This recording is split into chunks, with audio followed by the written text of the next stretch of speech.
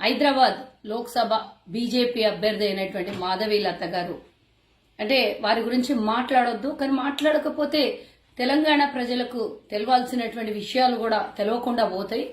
దాన్ని మూసేద్దాం, కప్పేద్దాం అనే ప్రయత్నం చేసినా కూడా మనం చెప్పకుండా ఉండకపోతే గనక నిజంగానే అన్యాయం చేసిన వాళ్ళం అవుతాం. కాబట్టి 2-3 ముక్కలు ఆవిడ గురించి చెప్పాలని నేను మీ ముందుకు వచ్చాను.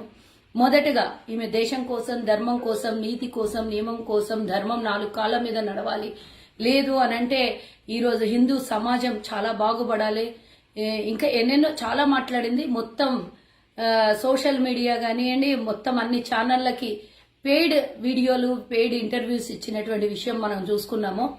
దాని విషయమే ఇప్పుడు లోక్సభ అభ్యర్థిగా ఉంది కాబట్టి ఒక రాజకీయ నాయకురాలుగా, ముందు లేదంటే మేమేమి వ్యతిరేకించే వాళ్ళం కాదు, దీని విషయంలో మాట్లాడే వాళ్ళం కాదు. ఇప్పుడు ఒక అభ్యర్థిగా తన సొంతంగా ఏదో డబ్బా కొట్టుకునే ప్రయత్నం చేసింది. ఆ డబ్బా కొట్టుకునే ప్రయత్నంలో తనకున్నటువంటి అసలైన నిజాల్ని 2-3 ముక్కల్లో నేను చెప్తాను.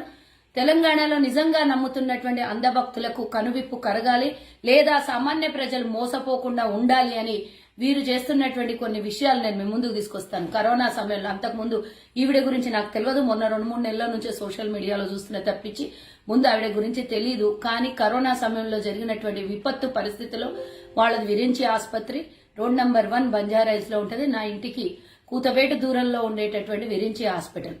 ఆ విరించి హాస్పిటల్లో ఈమె చాలా నీతులు చెప్తుంది కాబట్టి ఇవి నేను చెప్పాల్సి వస్తుంది. ప్రతి ఒక్క దగ్గర వైద్యం అన్నాక వికటించక మానదు, జరిగి తీరుతుంది. కొన్ని తప్పులు జరుగుతాయి, అందులో అనుమానమే లేదు. కానీ ఇక్కడ జరిగినటువంటిది ప్రతి 100 కేసుల్లో 50 మంది చనిపోయారు కరోనా సమయంలో. చాలా వీళ్ళ మీద ఉన్నటువంటి ఎలిగేషన్స్ అన్ని కాదు. 6 నెలలు మరి హాస్పిటల్ కి లైసెన్స్ క్యాన్సిల్ చేస్తామని మరి కేసు కూడా పెట్టడం జరిగింది. వీళ్ళకి 6 నెలలు ఆసుపత్రికి కూడా పర్మిషన్లు తీసేసినటువంటి విషయం మనం గమనించాలి. మరి ఎందుకు జరిగిందమ్మా? 100 మందిలో 50 మంది అన్న హిందువులు ఉండిండొచ్చు కదా, 50 మందిలో 25 మంది హిందువులు చనిపోయి ఉండొచ్చు కదా కరోనా సమయంలో. నేను అడిగేది ఒకే ఒక ప్రశ్న, లక్షల రూపాయలు దోపిడీ చేసి హిందువుల దగ్గర మీరు తీసుకున్నటువంటి వసూలు చేసినటువంటి డబ్బు 100 కోట్లు అవునా కాదా? చరిత్ర దిద్దాం. కావాలంటే అప్పటి రికార్డులు ఏమన్నా ఉంటే చూపించాల్సినటువంటి అవసరం ఉంది. ఎందుకంటే నేనే సాక్ష్యం. మా వాళ్లే 2 చనిపోయారు. అందులో మాకు తెలిసిన వాళ్ళు, మాకు సంబంధించిన 2 చనిపోయారు. అందులో ఒకరు శశి వంగల వాళ్ళ బ్రదర్, ఈరోజు ముగ్ధా సిల్క్ నడిపిస్తున్నటువంటి శశి వాళ్ళ అన్నయ్య తన అన్యాయంగా చంపేసినటువంటి విషయం మనకు తెలిసింది. వాళ్ళ అన్నయ్యకి ఇంజెక్షన్లు ఇచ్చి అసలు ఏమంటారు, ఆయనకు సంబంధించినటువంటి రికార్డు కూడా పూర్తిగా తొలగించి, డేటా తొలగించి, ఆరోగ్య విషయంలో వాళ్ళు ట్రీట్మెంట్ చేసినటువంటి విషయము రికార్డు తొలగించి ఎందుకు చేయాల్సి వచ్చింది? పైగా వీళ్ళ మీద కేసులు పెట్టారు. ఎందుకు పెట్టాల్సి వచ్చింది?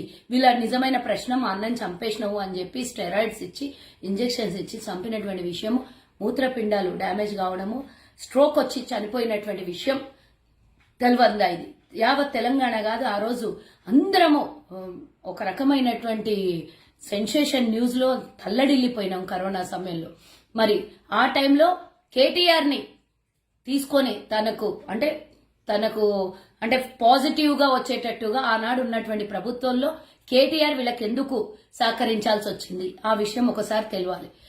మరి ఎందుకు వాళ్ళ కుటుంబ సభ్యుల్ని ప్రశ్నిస్తే ఎందుకు అరెస్ట్ చేయించాల్సి వచ్చింది? ఈమె చెప్పాల్సినటువంటి అవసరం ఉన్నది. అంతేకాకుండా భద్రాచల నివాసి అయినటువంటి మాజీ చైర్మన్ అయినటువంటి వాళ్ళు ఇదే ఆసుపత్రిలో చనిపోయినరా లేదా? మీరు నమ్మేటటువంటి శ్రీరామచంద్రుడు, మరి మేము కూడా కొలువు తీరిన దేవుణ్ణి మేము కూడా నమ్ముతాం, హిందువుల్ని మేము కూడా గౌరవిస్తాం.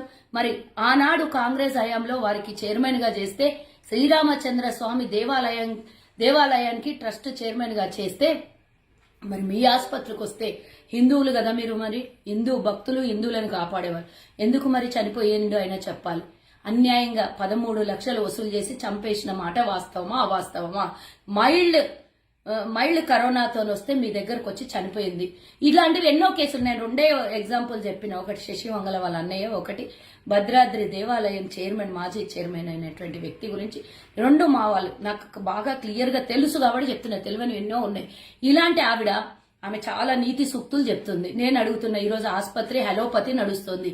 మరి నిజంగానే మీ వాళ్ళు చెప్పినట్టే నేనేమి ఆవు గోమూత్రాన్ని గోపేడని నేను వ్యతిరేకించాను, కానీ ఒక మాట అడుగుతున్నా, మీరు హలోపతి తీసేసి హోమియోపతి పెట్టేసి అక్కడ గోమూత్రాన్ని ఆవు పేడని ఇచ్చి ఆసుపత్రిలో ఈ రోజు హోమియోపతిగా మార్చి లేదు అని అంటే ఆయుర్వేదిక్ ఆసుపత్రిగా మార్చి ఎందుకు ట్రీట్మెంట్ ఇయ్యలేకపోతున్నారు? ఎందుకంటే లక్షలు సంపాదించాలి, కోట్లు సంపాదించాలి.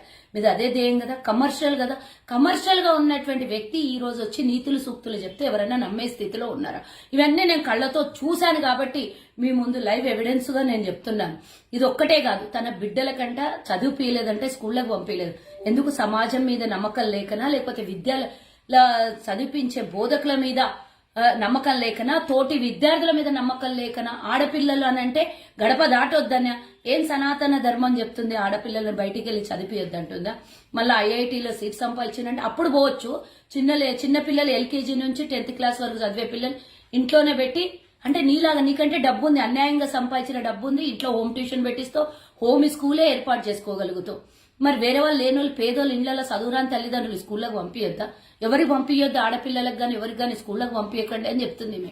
ఇట్లాంటి మాటలు మాట్లాడే వాళ్ళు ఈ రోజు ధర్మాన్ని కాపాడతాం, హిందూయిజాన్ని కాపాడతాం అని చెప్పేవాళ్ళు కేవలం ఎన్నికల సమయంలో బీజేపీ డబ్బా కొట్టి హిందువులను అడ్డం పెట్టుకొని, హిందూ సెంటిమెంట్లను అడ్డం పెట్టుకొని పబ్బం గడుపుకోవడానికి ఈవిడే వచ్చింది. నిజంగా హిందుత్వ భావన, హిందువుల మీద ప్రేమ ఉంటే ఎప్పుడో 20 ఏళ్ల కిందనే నువ్వు ఈ ధర్మాన్ని, నువ్వు మీ పిల్లల్ని ఏ విధంగా పెంచినావు అప్పుడే నువ్వు ప్రజలకి చెప్పడానికి బయటకు వస్తుంటివి. నేను ఈ మధ్య తప్పించి ఇంతకు ముందు ఎన్నడూ చూడలేను నిన్ను. కానీ గతంలో నువ్వేం చేసేదానివి అందరు చెప్పారు, కానీ నేను నా నోటితో నేను చెప్పదలుచుకోలేదు.